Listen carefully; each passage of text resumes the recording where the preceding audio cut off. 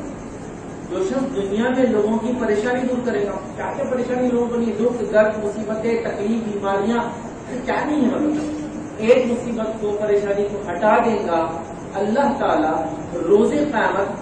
اس دن کی کوئی ایک پریشانی کسی پریشانی کو ہٹا دے گا. روز قیامت مقام محشر سے شروع ہو جائے گی، خبر میں اٹھنے کے بعد سے کیا کیا پریشانی نہیں، سورج ایک دن کے فاصلے پر لگا ہوا ہے، حساب کتاب شروع نہیں ہوگا، اللہ اتنے غضب میں ہوگا جو اس سے پہلے ہوا اس کے بعد ہونے والا ہے. کچھ سراط کے اوپر تو وہ حال ہے کہ جو کٹ کٹ کے گر رہے ہیں، امال کے سوا دھوپ میں اٹک کے گر رہا ہے، نیچے جہنم میں. بال سے زیادہ پتلا روایت میں آتا ہے، تلوار سے زیادہ تیز ہے وہ کچھ سراط، اس میں حکس بھی ہے. لوگ اعمال ایسے کریں گے برے، کچھ کٹتے کرتے کرتے پہنچنے سے پہلے پورے اندر گر جائیں گے جہنم. وہ دن وہاں کی ایک پریشانی میں سے ایک پریشانی میری آپ کی دور ہو سکتی ہے اگر دنیا میں ہم نے کسی کی پریشانی دور کر دی. پھر یہاں روایت کے اندر نہ مسلمان کا لفظ ہے نہ ایمان والے کا لفظ ہے. جو کسی کی پریشانی یاد رکھے معاف کرنا، جو کسی مسلمان کی پریشانی دور کرے گا، خاص یہ حدیث یاد رکھے مسلمان کی پریشانی دور کرے گا اللہ رب العزت اس کے عوض آخرت میں اس کی پریشانی دور کرتے ہیں یاد رکھیے. تو آئیے میں آپ کے سامنے چند روایتیں رکھتا ہوں.